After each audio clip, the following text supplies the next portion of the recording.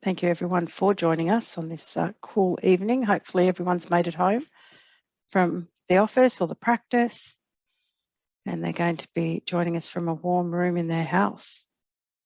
The joys of doing all this tele videos online, education online.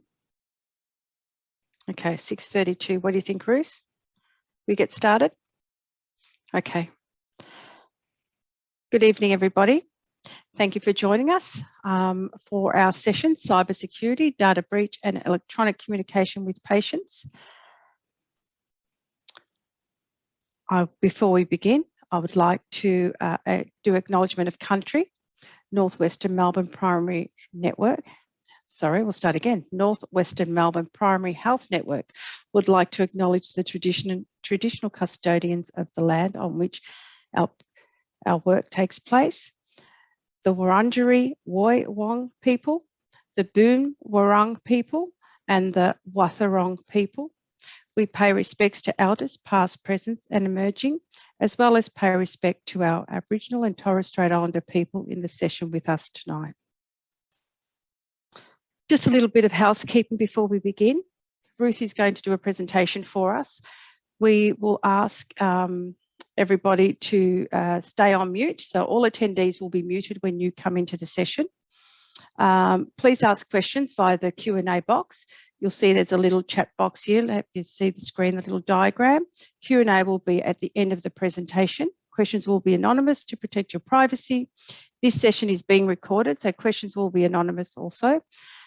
Please ensure you join the session using your name that you've registered with, and that'll help us make sure that we've marked you as attending the session. How to change your name. There's a little description here. To change your name after entering Zoom session, click on the participants button at the top of the Zoom window. Next, hover your mouse over your name in the participants list on the right side of the Zoom window. Click on rename and enter the name you registered with. So I'll just leave that on screen for a couple minutes, just for everyone to have a quick look at. So it's quite easy. You just go to your name, click on the right, and you'll see the little rename will pop up. And then we welcome and thank our speaker, Ruth Crampton. Ruth has a nursing background and postgraduate qualification education. She has published research from her PhD and been the keynote speaker at several international health and nursing conferences. Ruth's education experience has been varied in hospitals, universities, and corporate environments, with a focus on promoting quality, safety, and professionalism for the medical profession. Her role involves coordinating medico-legal education. So I will stop sharing now and over to Ruth, who will start her presentation. So please don't forget, please make sure you ask questions.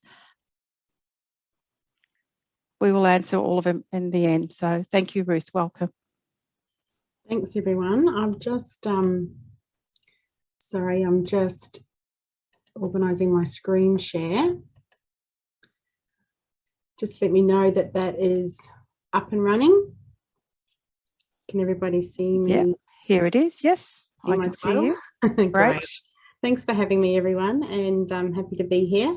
So I've been asked tonight to speak to you about cybersecurity, data breach, electronic communication, and I've been asked to focus particularly on emailing patients. So really the first half of the presentation will be the cybersecurity and data breach content, which kind of all relates to emailing patients anyway. And then at the end of the presentation, we'll focus a little bit more on emailing patients. So those are the four sort of key things I'm going to cover. So hopefully that's what you're planning to come to hear about. We'll do questions at the end. So, you know, one thing about the internet was that it was designed for the American military, and it was never really designed with security in mind. It was when it was initiated or envisioned that no one ever thought that it would become what it has become. Of course, as we all know, it's grown hard and fast, the internet. And I know I'm old enough that I remember the world before the internet, and I remember the very first days of email, and I was going overseas to do my big traveling around Europe, and I was very proud of myself because I had an email address, ruthcrampton@hotmail.com, and nobody ever has an email address with just their name, right? That's how early, the early days of email. The only thing I didn't appreciate was that I could only email other people with an email address, and I didn't know anyone else with an email address. So I had to resort to sending postcards home, just in the traditional way that it was. It's growing really fast. And what people are on the internet with the way data is managed in the dark web and the criminal elements out there, they're looking for paths of least resistance so that they can make money in any easy way they can. And it's very similar to if you compared it to your house with good security system and, you know, window locks and all that sort of thing, and your neighbour didn't have any security or any visible security, the robbers are much more likely to go to your neighbour's house than your house. And in a sense, that's the way that I like to think of cybersecurity plans. In Australia, there is the Office of the the Privacy Commissioner, the OAIC, and they regularly publish data about cybercrime and data breach. And interestingly enough, cyber training isn't really embedded to any great extent into organisations. So it's worth thinking about whether or not your practice has ever had cyber training, or you've been led through any cyber training about what to do if you suspected there was some type of nefarious criminal activity, or your systems went down. Would you know what to do? I mean, it's a good thing to think about, and it's one of those things that you don't need to know this stuff until you need it, and then you really need to know it. It's like CPR, right? When you need to know it, you really need to know it, and you can't learn it then and there. Apparently, one cybercrime report is made every 10 minutes. And interestingly enough, 58% of the breaches occurred when there was a known fix for that problem. So keeping your systems up to date and having those known issues patched or repaired in the same way that you might patch a leaky roof is a really important part of maintaining your cyber safety. One of the ways to keep up to date with what's happening is to have, I would recommend one person per practice to be responsible for keeping up to date with what's happening. And the Australian Cybersecurity Centre publishes regular information on their website, and you can get email notifications on what the latest things are and what you need to look out for. And so it's one way to stay prepared and to stay ahead of current threats, is to have somebody in your practice who receives these emails and keeps really current with what's going on in the world.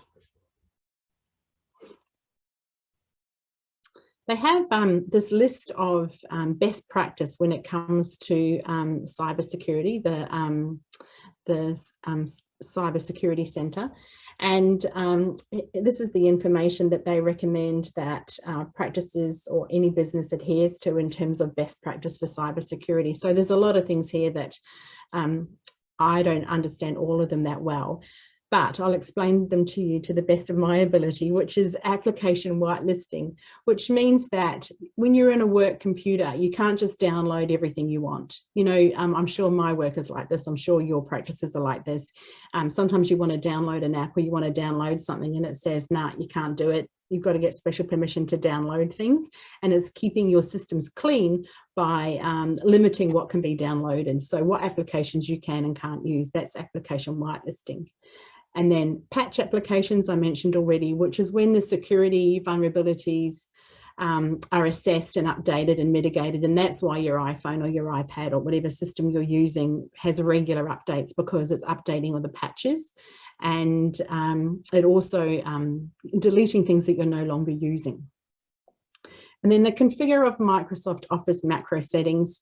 There's automated tasks that Microsoft does, and if you allow these to run unfettered, then you can get into problems with security settings and they can't be changed. It's important that they're not able to be changed by the user. Application hardening is about cookies and flash content and things that comes up, that pop up on your website when you open up a new web page, and it's blocking things that are seen to be suspicious. And I know at my work that happens automatically, but you often get a message to say cookies blocked, or the download's been blocked, and then you have to go through a security check before you're allowed to complete the process. Restriction of administrative privileges. Now, I have had practices say to me that some of the systems that you might run your practice with doesn't have the capacity to restrict people's role and what they can and can't access within the practice software. Certainly in my business, there's lots of things that I don't have the ability to access. So my work, they deal with doctors who are being sued, and it's part of my work as a law firm, and it has all this confidential information about doctors' issues and complaints and matters that I can't see. And if I look up a doctor, I can see their their email and their practice address and their contact details if I need to contact them about education, but I can't see any of the details behind any issues they may have had with patients or the medical board or anything like that. So you need to think about in your practice, does everybody need access to everything, or do you have the ability to restrict who can do what? Patching operating systems, similar, but it's the systems rather than the programs. Multi-factor authentication. So I guess most of us are becoming increasingly familiar with this, which is when there's more than one way, you need more than one step to log in. And I'm not sure if all of your practices have moved to multi-factor authentication, but if you haven't, you should, or inevitably you will.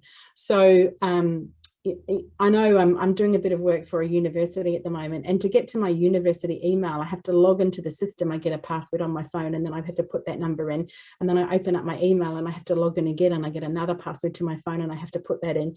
So there's no such thing as sending a quick email. It's a really laborious process, but it's increasingly businesses are making it more steps involved in logging in. One other thing about multi-factor authentication that it's worth talking about is passwords, but I'm going to bring up passwords in my next slide. And then the other thing that's worth talking quite a lot about is backups, but I'm going to bring that up again in the slide following my next slide. So let's talk about passwords first of all. I'm really useless at passwords, and I have a very similar password for everything I do. But it's interesting in this slide, you'll note how easy a password can be broken. This is by an automated password cracking program. So I don't know what your practice has as the limit in terms of the mix of lower and uppercase letters and symbols and numbers. But you can see here, you really need to be doing 9, 10 or 11 items on your password configuration. And the other thing that's recommended these days is to have a phrase rather than a word. So I use my childhood address as my standard password, which is obviously numbers, capital letters, small letters, etc. And I think of a phrase, even if it's like the line of a nursery rhyme, or the line of your favorite song, or just something that's a bit random that you can that you can type in that's short enough so that you can remember it easily, but long enough so that it's more than these 12 number of characters that they're recommending. It's amazing how much harder it is to crack with just one additional character, right? I thought that was quite interesting. Now, backup. I can't say it enough.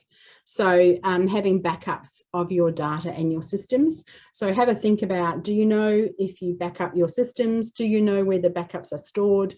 Do you know how they're backed up? It's one of the really important things you can do. Make sure you have them, make sure you test them. And the recommendation is having 3 sets of files. So having the working files that you have on your computer system, having a hard drive that's stored in a separate location from your working files, so i.e. not in the practice, and then having information also backed up on the cloud. This is really the best way to do it. And you have to also not only do it, but you have to test them regularly to make sure that the backups are actually backing up and backing up correctly.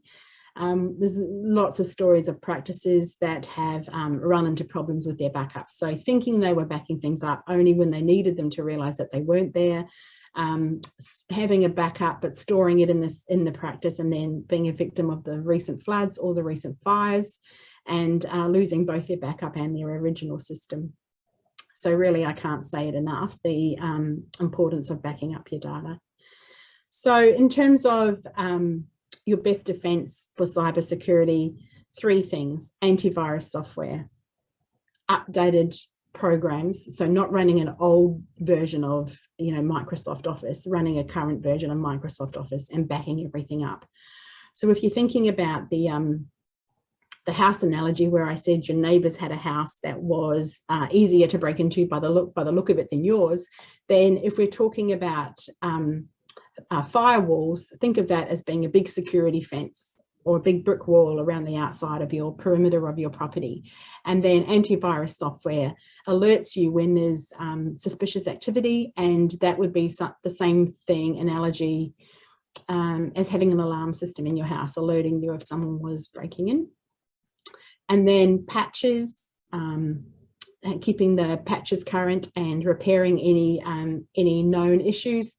Not having a patch would be like leaving a window open so the thief could easily jump in the window, whereas having a patch would be knowing that window was open, shutting it and locking it, and locking your doors and windows so that you would keep the robbers out. So hopefully that analogy makes sense to you, but those are the sort of layers of defense that you should consider to be best practice from a cybersecurity perspective. One thing about cybersecurity instance is that 60% of it is attributed to human error. And this is particularly important, of course, when we're talking about email, because sending the wrong email to the wrong person is an example of human error. But also, receiving an email where someone is pretending to be your bank or pretending to be another practice or pretending to be somebody you know or somebody in your business and asking you to do something, or clicking on it and opening a link that lets a virus in. That's the type of thing that you need training to identify and know how to avoid.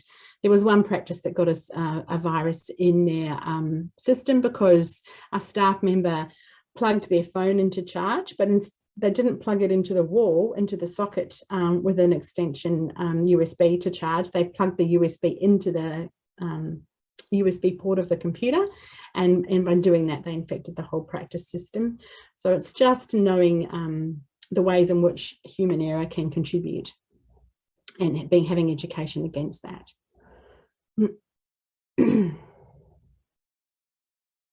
Really, the answer is education with regards to that kind of stuff.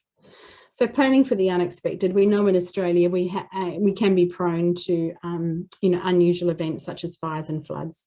I'm from New Zealand, so in New Zealand we worry about earthquakes, and you really have to make sure that you plan ahead for this kind of disaster that can strike at any time.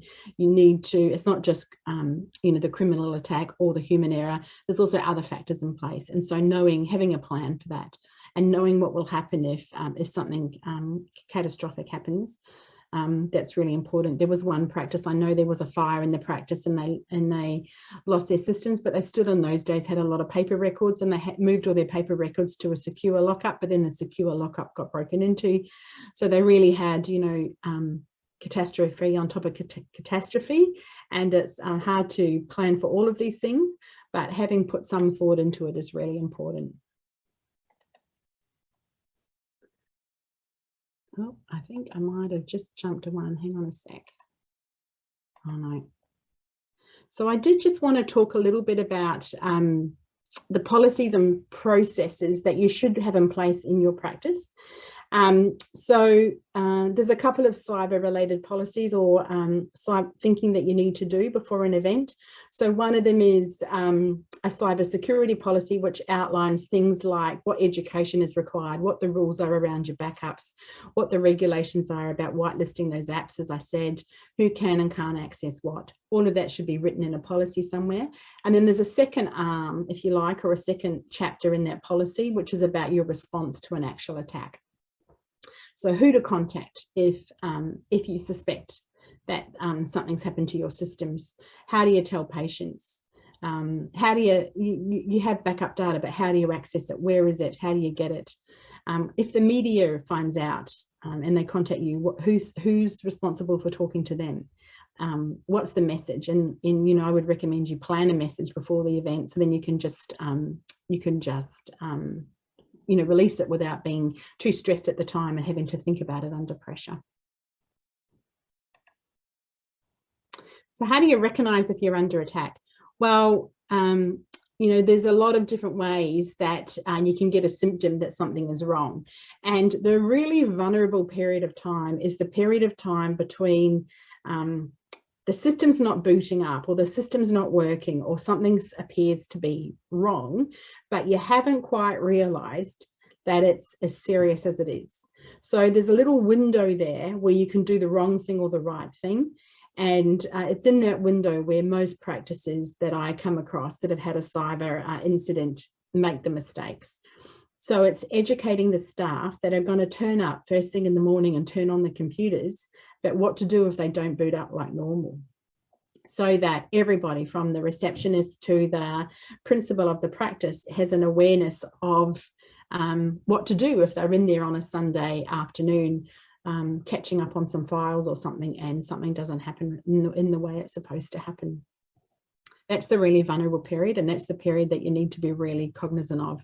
So what will often happen is you'll get a blue screen, you'll get a message, you find your mouse might not work, your screens might not turn on, random pages might just start popping up, random ads might start popping up that you haven't clicked on, all sorts of ways in which it's clearly not normal, but you're just not quite sure what's going on. There was a clinic in Melbourne, a specialist clinic in Melbourne that had a cyber security incident, and they didn't identify it early enough. So the receptionist got to work, unlocked the business, turned everything on, nothing seemed to be working, and so they went and got the backup hard drive and plugged that in, and then screwed that up as well. And then when people started arriving to work, they realized how big the problem was, and then it was some time before they got a ransom demand. The ransom demand was, they had 3 servers, and the ransom demand was $3,000 per server. So not massive amount of money. It was 6 weeks they didn't pay it. It was 6 weeks without access to their patient files, and on the 5th week they decided to pay it, and they'd negotiated down to $1,000 per server, so $3,000 in total. So that was after 5.5 weeks, or as the practice manager said to me, 5 long weeks, because you can imagine not having access to your patient files all that time. And it was after 5.5 weeks that a patient came to the practice who was a journalist, and then they broke the story in The Age and on A Current Affair, and then the practice at the very end of this long 5.5 weeks was inundated with media, because it was still in those days quite an unreported sort of incident. So what do you do? I don't know, do any of you know what you would do, or if you got to the point where you'd identified there was a problem? It's a challenge to know what to do next. So in terms of first aid, if you think of it like clinical care, in terms of first aid, you should just unplug everything from the wall, and everything like the printers, the scanners, the fax machine, and go into each of the consulting rooms and unplug all those computers. Don't leave any one thing plugged in. Unplug everything from the walls so that nothing can spread any further than it is already, than it has already spread. And then there should be a policy in place that tells you what to do next, who to call, and in what order to call them. but definitely the most important thing to do would be to seek the professional assistance of our IT security team. Now, what we have found is that the IT provider who serves your practice generally to keep your systems, you know, tidy, and who you would call if you've forgotten your password, or if your printer wasn't working, and, you know, those kind of day-to-day matters, is not necessarily the best person to deal with a security breach or to deal with your systems from a security perspective. And most recommendations would be that you would have two providers, one that deals purely with the security and one that deals with the day-to-day. Now, if you were in a position and decided against that, at the very least, I would recommend that you get a security-focused company to come and do an analysis of your setup and your systems and your security every 2 or 3 years, just to reassure yourself that you are doing everything you need to be doing. I used to say it's not if but when that you get a cyber attack, but in actual fact, I went to a seminar and they said, oh, it's so cliche when people say not if but when, and what they recommended that we say is just be prepared. And so being prepared is doing things like getting that security review, just to make sure. And there's been several stories I've heard from practices who thought through their IT provider they were reassured that everything was fine, and it wasn't. And then after the incident, the IT provider said, no, now everything is fine. And then they had another attack. So after the second attack, then this practice got a security consultant in and did it, you know, and did it more thoroughly, did it properly. We get asked a lot, should you pay the ransom? And that's really a very personal business decision. But the general advice from the police, from the Privacy Commissioner, from the Cybersecurity Council is that you don't pay if at all possible, because by paying you only perpetuate the cycle, and there's no guarantee you'll get your data back, and there's no guarantee they won't do it again, and you just perpetuate the system where other people will be put in the same position as you. However, like with this specialist clinic in Melbourne, after 5.5 weeks of not getting their data back, in the end, they paid. They did get their data back. It wasn't seamless though. There was a little bit of back and forth because they were provided a key to access their data and it didn't work. And then they went back and they got given another key. You know, it wasn't straightforward. But in the end, that's what they did. I can't answer the question. I can just say that the advice is generally that you don't, you know, you don't pay. Another question we get asked a lot is, can you keep seeing patients? And so, you know, lack of access to your electronic medical records is not a reason to not see patients. But if your appointment system has been lost, you're going to be really muddled for quite a while. So I recommend that you have some hard paper-based diary, paper-based pages for patient records, and other things that you might need in a plastic box in your storeroom, like paper-based pathology requests, if all of that stuff's online. And then if your systems do go down even temporarily, you can pull those things out and you can start using them. You're going to need to contact patients. However, the patient contact details are often in your system. So every 6 months, you know, printing out a list of patients and patient contact details and putting it in that box, so that if you do need to contact patients, you've got some ability to get hold of people. This is the kind of thing you need to think about in your cyber recovery plan. The specialist clinic in Melbourne ended up with 3 sets of medical records because they had the system that was locked, and then they had a paper-based system, and then eventually the IT team set them up with a new electronic system. And so when the dust settled and everything was over, they had 3 sets of patients' medical records that they had to amalgamate. So you can imagine how painful that was.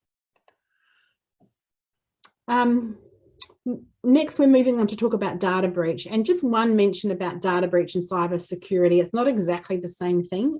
They certainly do overlap, but not all ransom attacks involve a data breach. So the specialist clinic in Melbourne, their systems were locked down and they couldn't get access to any of their data, but they could prove that their data hadn't left their system. Their data was in their system. No one had taken it or accessed it. It was just locked up.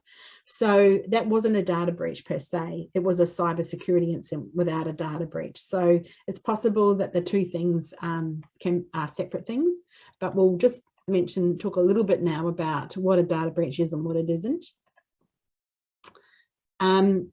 So the Privacy Commissioner releases a report every year, and interestingly, privacy complaints in general, we're down a little bit. Freedom of information complaints were up, and of course COVID-19 featured quite heavily in the most recent report. Health service providers have always been one of the biggest actually component of privacy complaints. And but interestingly, in this most recent report, even though the numbers, there's not that much difference between finance, the government and health service providers were no longer than the worst category of privacy complaints. So where the data breach stuff and the cybersecurity stuff overlaps is that the most leading source of data breach in Australia is still the malicious or criminal cyber attack, and then human error is the second leading cause of data breaches. In terms of privacy complaints, access to personal information, security of personal information, and use and disclosure of personal information. And in terms of data breaches, you can see notifiable data breaches have been sitting around that 900 to 1,000 mark for the last 3 years. Mandatory notifications in relation to my health records, there was a few of those a few years ago. It's not a very common thing now. So it seems that those my health record problems are starting to settle down. So imagine, if you will, that there is a USB stick that is in the practice manager's handbag, and on that USB stick is a whole lot of patient records, because the practice manager is doing a little bit of analysis about a certain special interest group in the patients, like maybe the patients that are having skin excisions or the patients that are having pap smears or something. There's something that she or he's particularly interested in, so they've taken a lot of records home so that they can start to look at to see if there's an increase or a decreasing trend that they want to try and study. And then when they get home, they've been to the supermarket, they've done a few things, and when they get home they realise that their handbag is no longer with them, and so they've lost their wallet, they've lost their phone, but they've also lost this USB stick. So is that a data breach? So what is considered an eligible data breach is either a little bit of information lost about a lot of people, or some really serious personal information lost about a few people. So there's a balance there between what they consider to be eligible or serious in terms of a data breach. So not everything, not every email sent to the wrong person, for example, is going to be considered an eligible data breach. It isn't an eligible data breach if you as a practice can take remedial action. So for example, if the practice manager could go back to the supermarket and find that she'd left her handbag on the counter and it was there waiting for her, then she retrieves the USB, then that's not an eligible data breach. If the USB was password protected and nobody could access it, then that's not an eligible data breach. If the information on the USB was not identifiable because the patients all had a code instead of their name, then that's not an eligible data breach. Yeah, so it has to be information that's accessible and that you can't remediate. So if you send an email to the wrong person and you contact that person and say, oh, I sent you this email in error, can you please delete it? And they go, yep, done.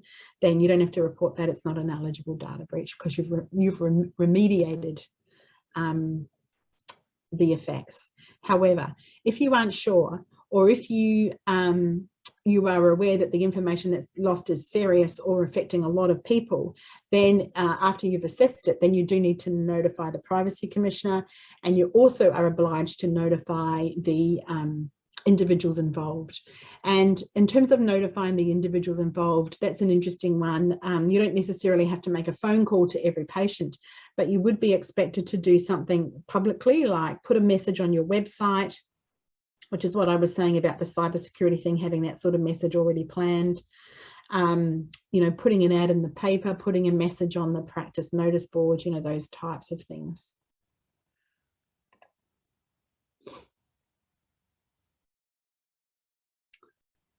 So in terms of security of the practice information, I think the most important thing here is keeping in mind the reasonable steps that you are taking in your practice to secure your information. And so the Privacy Commissioner will want to know that you've taken reasonable steps to secure it. And so if you have, you know, two-factor authentication, and you have a cybersecurity policy in place and a privacy policy in place and all that kind of stuff, and then something happens, then you're in a lot less trouble than if the practice doesn't take due care with patient information, and through lack of processes and lack of systems and things, there is a problem, then that's when you're much more likely to get penalised with a fine or a sanction. So the Privacy Commissioner does say that there's some best practice tips in order in terms of taking reasonable steps and reasonable care to protect information.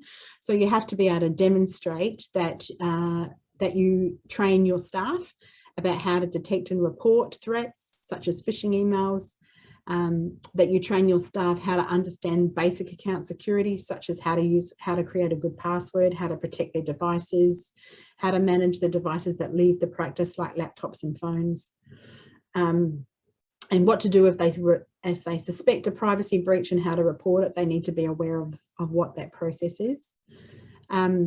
And typically best practice would be some kind of face-to-face training or e-learning training, and not just a one-off, but an ongoing thing that's constantly, you know, discussed with staff. So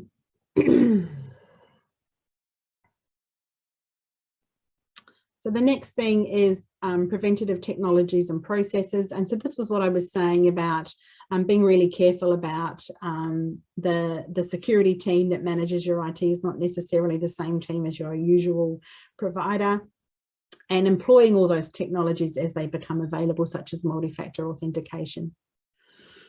Preparing for a breach, so having policies and processes in place, regular exercises and run-throughs. You know, so at my work, they randomly send us a fake phishing email asking us to click here or do this or do that, and then they and you get a brownie point if you receive it, recognize it, and report it to the security team. You get half a brownie point if you don't click on it and you delete it, but you don't report it, and you get in trouble if you click on it and do whatever they ask you to do. And I think there's 500 people in my business, and the last time they did it, 3 people clicked on it. But I mean, I guess it only takes one, right? You also need to have a really good understanding about how to assess the harm, how to understand how data breaches could impact your patients and other individuals that you deal with, and be aware of how to assess whether that data breach is serious or not serious, and what you are supposed to do to mitigate the risk if you have come across a breach. And finally, and it's a really important thing that I'll talk about again shortly, is the post-breach communication to be transparent and really simple, and be upfront with your patients about what's happening. And we'll talk about that again in a sec. So controlling access to your system, these are key principles. Control the physical access, but who can get into the system. But all the particularly sensitive information has an extra level of control, and only certain people can do certain things. And this is the mnemonic for how to respond if there's been a breach, such as you know, be responsive, be empathetic, be accountable, be competent, and be transparent. And so what we've found is that practices that have a really transparent clear communication with your patients about what's happened and don't try to cover it up, get a much better reputational boost from their response to the breach than the practices that try to cover it up and aren't upfront with their patients about what's happened, and then it comes out, like in the media or in some other way it comes out, then the practice takes a real hit in terms of their reputation and their patient sentiment. So there's certainly examples of how it's been done well and how it's been done badly. The gold standard case for it being done well was the Red Cross Blood Service. Has a lot of sensitive information about HIV status and things like that about patients, people who donate blood. And it was found that a big part of their system was publicly accessible. And when they were made aware of that, their response to that, and you can Google it and read up about it, was considered to be really the gold standard about how they contacted everyone, and their apology and their remediation and all that kind of stuff was done really well. Luckily for you, at Avant, we have a cybersecurity page that gathers together all sorts of things, including a podcast where I interviewed one of the doctors in the practice that had that cyber attack I've been referring to, and also fact sheets and videos. But there's also in there 3 e-learning courses, preparing to manage privacy, day-to-day privacy and security best practice, and responding to a data breach or security incident. And those are like 15-minute or 20-minute little e-learning courses that are free and available on our website. So all of you can dive right in there and have a go at them. So we're just going to talk now about digital communication and then move that on to talking about emails. And I guess from a practice perspective, digital communication, one thing that's really important is policies and procedures. And we talk a lot about policies and procedures at Avant and in our other company, Practice Hub, which is a site that manages a lot of this stuff for you. But there's lots of policies and procedures that relate to this stuff. So, as I said already, there's the cyber one, the data breach one, there's a patient privacy policy everybody needs, but then there's also the practice privacy policy about the staff side of things. There should be an emailing policy, an SMS messaging policy, privacy in relation to telehealth. Like, there's lots of things that are covered from a policy and procedure point of view in relation to this topic. And these ones we've already mentioned, cybersecurity and cyber response, but the patient privacy policy about how you use and collect patients' information, but the staff privacy policy or the practice privacy policy about staff behaviour, staff training, what they can and can't do, storage of data. And then you need a data breach policy about responding to a data breach, how to assess it, who to notify if one was to happen, that sort of thing.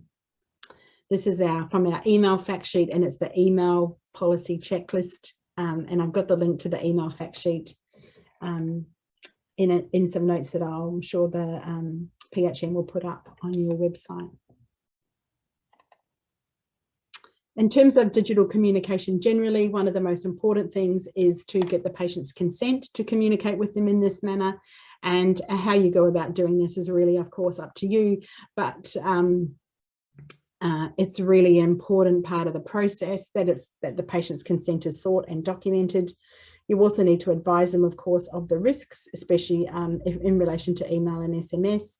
And then if you have any particular concerns about a particular message that you're sending, we would always advise you re-contact the patient and confirm once again that they're happy to receive it if you think the information is particularly sensitive. The best way to handle the patient identification side of things, and this is my license because it's the only one I had a photo of, with me with fuzzy hair, but I think the driver's license is a really good way to check patient's ID, because in terms of patient privacy at the front desk, then you don't have to say their name or their address out loud.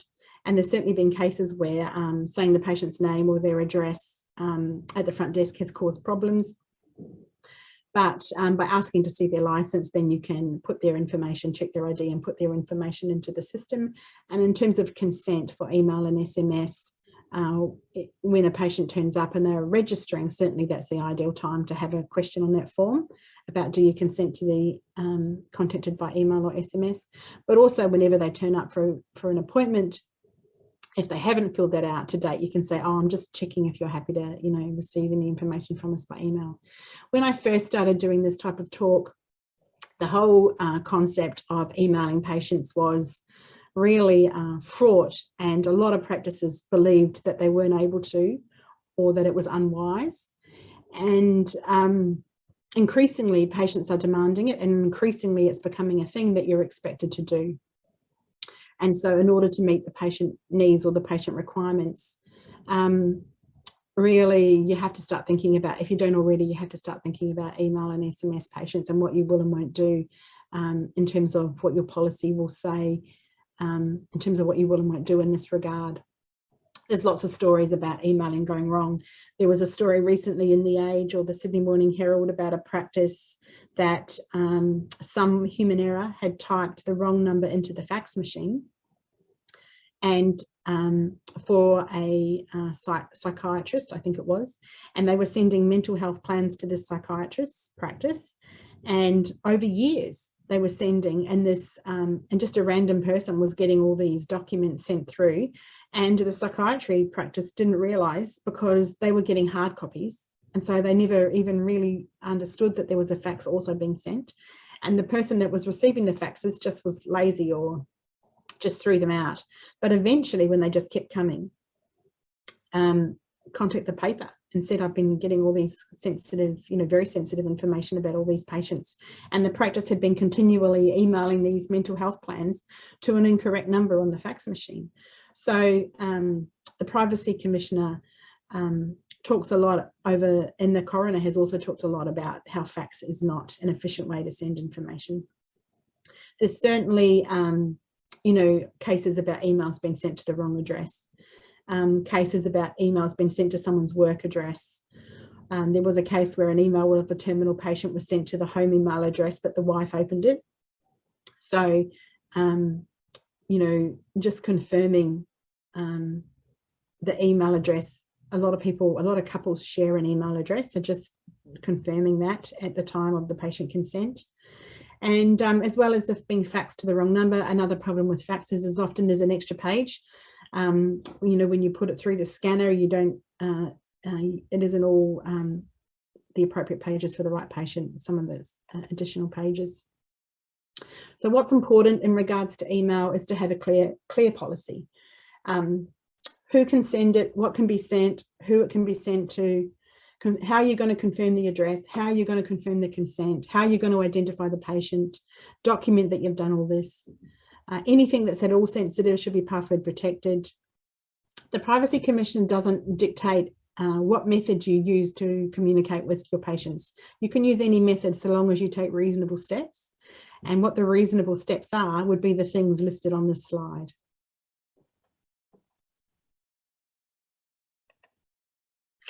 Now, there's a lot of talk about encryption, and people don't even really understand what encryption means. But basically, from an email perspective, encryption is a 4-step process. So you've got your server, your local computer that sends the email to your server.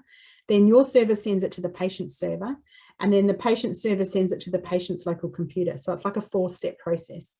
And sometimes something like Gmail or, Microsoft or something encrypts it for part of that process. They encrypt it when it goes from your local computer to your server. Gmail will encrypt that, and then at other times, if you're sending it to a patient's Outlook account, Outlook will encrypt it when it goes from your server to the next server. So at different parts of the process, there's often encryption that occurs. The problem is that when it's sitting in the server, it's usually not encrypted.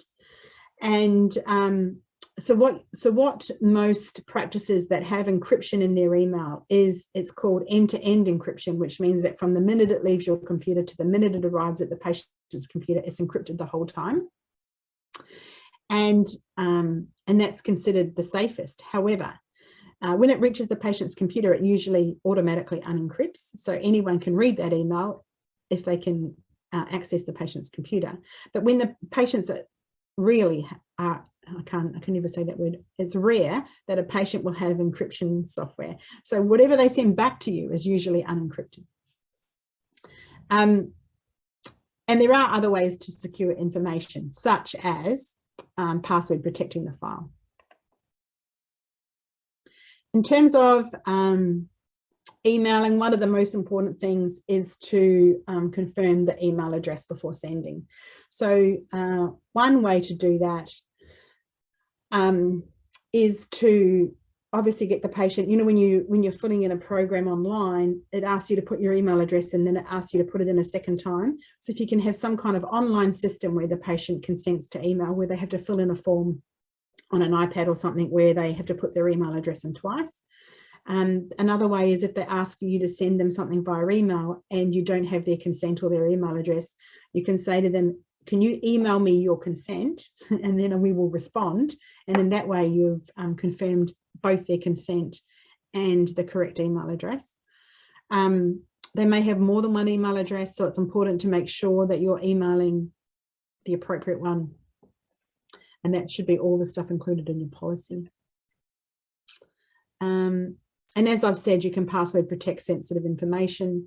One of the important things about emailing patients is that you shouldn't be emailing clinical or sensitive information. So a patient may ask for results, or they may ask for a referral or something like that.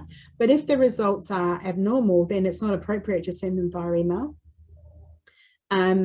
And if you send the patient something and then they write back with a conversation, like, oh, can you please explain to me why my HB1AC is high? It's not a clinical consultation, so you can't have the back and forth with the email. It's just a matter of delivering a set of information and the patient receiving it. But if there's any discussion to be had, then they need to come in for an appointment. So that's the sort of discussion the practice needs to have about what is or what isn't acceptable. For example, with SMS messaging, you might say that it's appropriate to do a bulk SMS send for, you know, to say flu shots are available, or to say there's a new physio joined the practice, or things like that. But you're not going to SMS or to confirm an appointment, but you're not going to SMS message a patient any particulars about, you know, information they have. So I've been having trouble with my mum lately, and my mum is in New Zealand and she's been having really bad memory problems. And so I said to her, I want to email your GP and ask him to do some further investigating on your memory. And she goes, no, I don't want you to. It's you stop annoying Tony, and you know, Tony's their GP. And so I said, oh, I'm going to do it, Mum. So then I emailed Tony and I said, you know, my mum's got bad memory problems. And then I went to New Zealand and I took my mum to see her GP, Tony. And she said, oh, Tony sent me for an MRI, and I'm not sure why he did that. And I said, yeah, Mum, remember I emailed him that I was concerned about your memory. And she said, oh, thanks, dear. And so I said to Tony, not only did she forget that I emailed you, but she forgot that she was mad about it. So, you know, my poor mum. But Tony and I do have back and forths about it. And I do think about that, because I think, how does that affect the fact that it's my mum's information and my mum's privacy? And, you know, I have a conversation with him about what's the next investigation. And, you know, I mean, it's things that you need to think about. And especially with telehealth, that kind of discussion is only going to become more apparent. You know, if I spend part of my time living in Melbourne, part of my time living in the Gold Coast, then if I want to maintain my relationship with my Melbourne GP and I do something over telehealth with them, how much can I expect will be emailed to me in terms of my results and things to think about when you go to write your policy. It's also important for emails to have a disclaimer at the end, and in our email fact sheet we have an example of the type of thing that you might want to put in there. But it's you know, it's the thing that says, you know, this information is confidential and for the person it's addressed to only.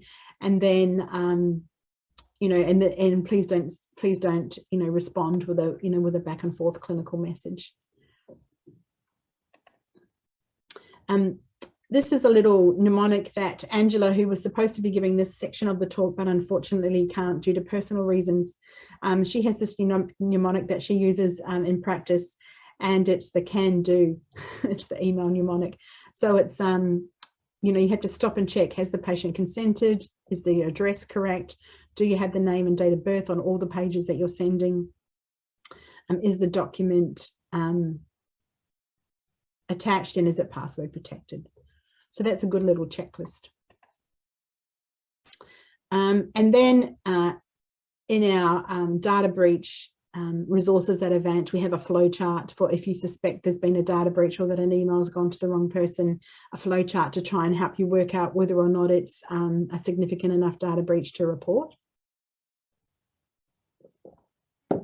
which will depend on how personal the information was and those kinds of things.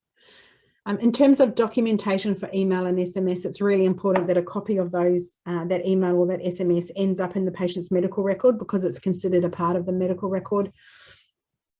And so the documentation of it is having a process for that is a really important thing to think about. And to sum up, you know, having a policy and procedure in place, making sure it's in the medical record, having the staff trained, and having a discussion about what to do if something goes wrong. Is all important things for the practice to consider. Of course, even if your patient consents to communication by email, there may be circumstances where it's not appropriate or it's not comfortable, and you should always stop and think, like in that can-do mnemonic, stop and think to see whether this is an appropriate thing.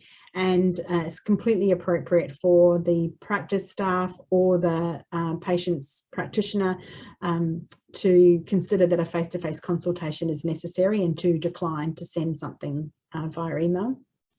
It's really inappropriate to send any bad news to a patient electronically.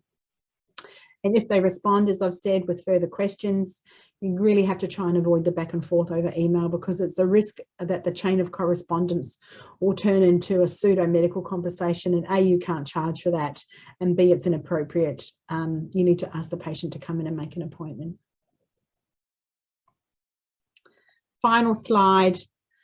These are my top tips after everyone else's top tips that I've shared. But first of all, don't underestimate the value of employing experts to help to analyse your system and to double check that you've got everything covered from a security point of view. Really update and be thorough with your policies and procedures so that you're prepared before something happens. And you need to be training your staff in an ongoing way, be really vigilant and keep it in the front of everyone's mind that cybersecurity is a really important thing. Amazing. I said I wasn't going to take an hour, and I took almost exactly an hour. I think, yeah, about 2 or 3 minutes. You were short, but perfect. Thank you so much. That's so much information. We do have a couple questions. Sure. So one, and I think we might have answered it. So Corinne asked, will you cover SMS and emails sent from practice management software? So if it's an automated thing through practice management software, there's some rules about that.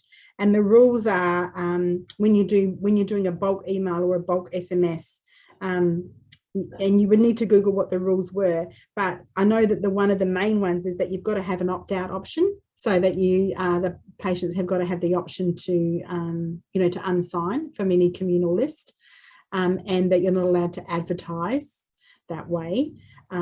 So you have to be careful that it's informative, like we have a flu shot, but not like 2-for-1 flu shots for $29.99. You know? So there is a line there that you're not allowed to cross.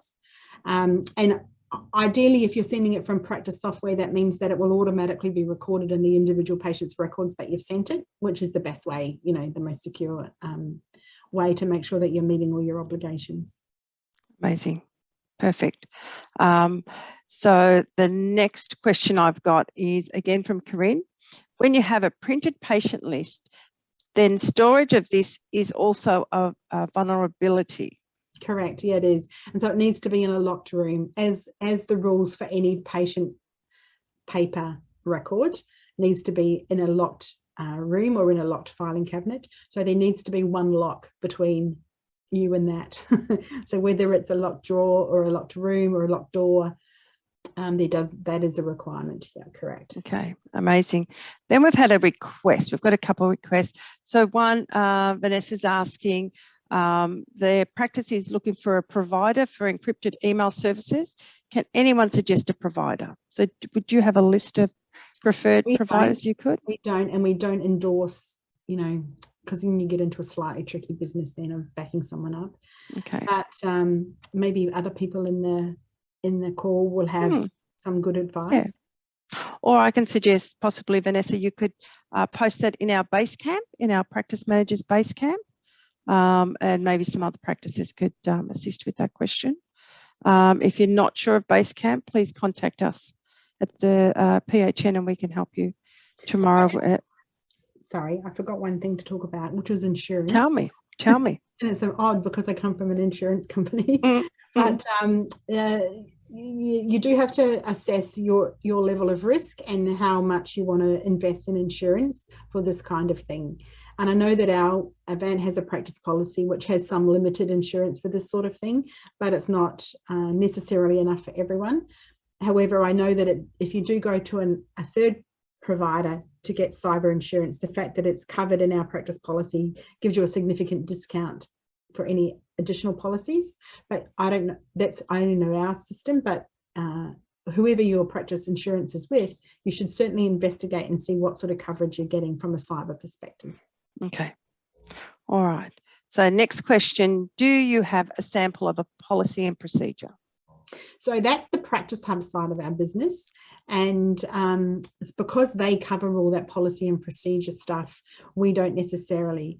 We do, you will have a copy of these slides, just like broad strokes about the sorts of things that we think you need to cover. But in terms of contacting someone from Practice Hub to find the specific detailed policies or talking to them about that would be my best advice. Okay, so with that, will we be providing these slides to all the attendees? I have sent through a PDF, and I have also Amazing. sent through another PDF with links to those pages with the education and everything I was mentioning. Amazing, great. So the next question I've got here, can you recommend examples of secure email providers? So probably a little bit the same as the previous one. Yeah, maybe post that on Basecamp and have a conversation there. So then Cheryl has asked, patient registration form. What if patient returns completed form via email, not encrypted? Our responsibility, ? So you have no responsibility. The patient has sent it to you. The patient has, by sending it, that's implied consent. So you're welcome to receive that and use that information. And that's in terms of you taking reasonable steps or reasonable care. That's you've done what you need to do there. Okay. Next one from Elaine. What is the best way to train new staff on using email? Any webinars or online training you can recommend? So some of the things you need to teach them are in those short little e-learning courses on our website. But outside of that, I think that's where you really need to have a security-focused IT provider that you can get them to train your staff about best security practices. Perfect. Tom has asked, how can I protect my phone in domestic violence situations from offenders hacking? What are the signs and symptoms of knowing when you have been hacked and to what level? I don't know the answer to that, Tom, sorry. Okay. Again, a good question for a security IT provider. Yeah.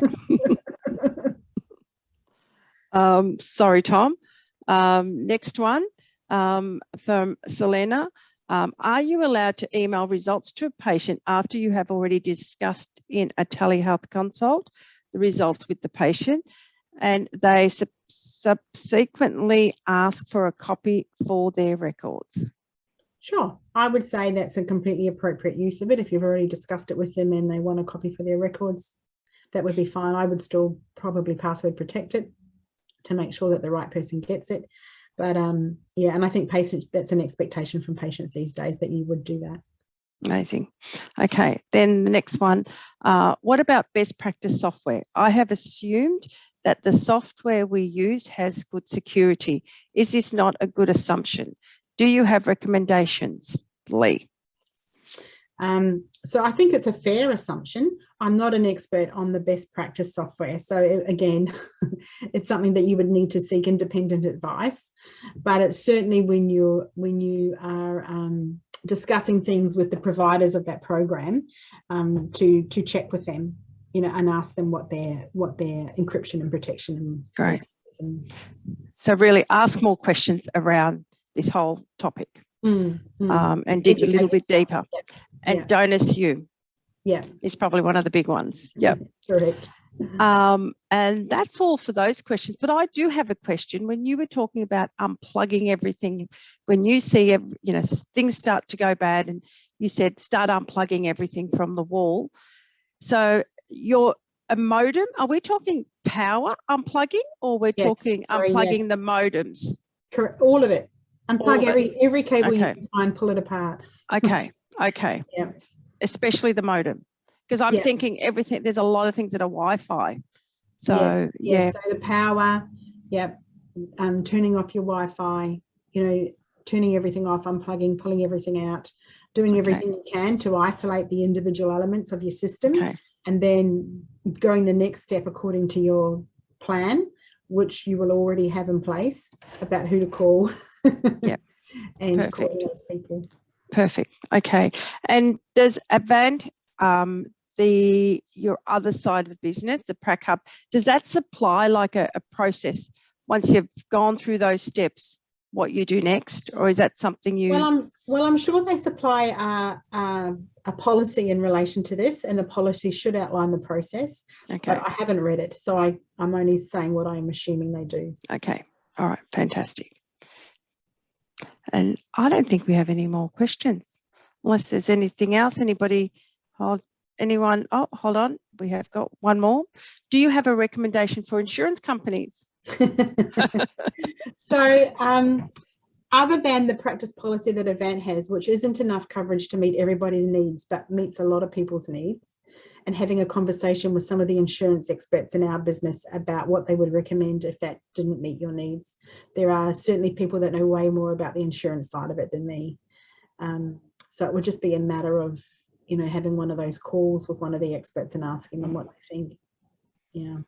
I think that's $1 million question. I don't think any insurers cover you for the ransom, though. I don't think there's many insurance policies that will cover you to pay the ransom. I think the coverage is in relation to recovery of the systems, the cost of recovering the systems. But I don't think, I think I'm correct in saying that I can't think of an insurer that would cover you for the $1 million.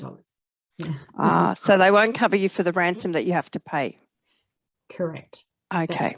You would be hard pressed to find someone that would, because it's so widespread. It would be money down the drain for insurers, right? Absolutely. So we do have another question from Cheryl. In general, emailing is okay so long as consent obtained and password protected. Correct. Reasonable steps, right? So consent, confirming the address, protecting the sensitive information, all of those things, reasonable steps, having a disclaimer at the end of the email. And not only is it acceptable, I think it's an expectation, and that you need to plan moving forward to mitigate the risk and just meet the patient's needs, especially with COVID, telehealth, the world we live in. I think it's an expectation. Amazing. We do have another question, so this might be more for me. Can we get a link to this recording? So yes, we will be cleaning up all the recording. We will try and get all the ums and ahs that I've put out, and then we will send a link to everybody in the next few days. You will also receive a survey. If you could complete that, you'll get a link to that in the chat as well, just to tell us what you want more of, what you want less of, if you enjoyed this session. But definitely, and also visit our website where we do have recordings of a lot of our sessions that we are having. Okay, another question from Vicky. Any recommended encryption software? So the technical side of things is not my expertise. And so that's where I know I keep saying it, but you need to get some external advice about that stuff. Okay. And that's it at the moment. Give everyone another minute or so. Do you think we've covered it all? I think I'm coming back in about a month to talk about aggressive patients. So wow. Difficult patients in situations. So I think it's exactly a month from today. Okay, amazing. That is something that I know a lot of practices have been having to deal with. So yeah. will definitely be, I think, well received. Unfortunately. Yeah, I know. Unfortunately, yeah. But we have lots of other sessions happening. Apologies, I think I had on the screen tomorrow's session, which is a can eat session. It's a cancer session for dietary requirements, dietary needs for patients with cancer. Way different to this topic, but I did notice I had the wrong topic on the screen. Don't know if anybody else noticed, but I thought I would fess up to it. Okay, another one. Can we have access to Ruth's slides via PHN? Yes, Tom. I'm the lovely Alice, who is working in the background today. She will organise to have the slides and everything sent off to you via email. Just give us a couple of days just to get things sorted. So by the end of the week, I think you would have a link to the recording, and you can always go to our website under the Education tab, and previous webinars, you can find them all sitting there ready to go. I think we've done well. 16 questions. I think we've done really well. Thanks. And yeah, thank you very much, everyone. I'll give you 18 minutes back to the evening. Done. Thank you. Thanks, Ruth. Thanks for all the information. Thanks, Alice, for all the back-end support. Don't forget to do your surveys, everybody. Send them through. Let us know what you need from us. Have a great evening, everyone. Bye-bye.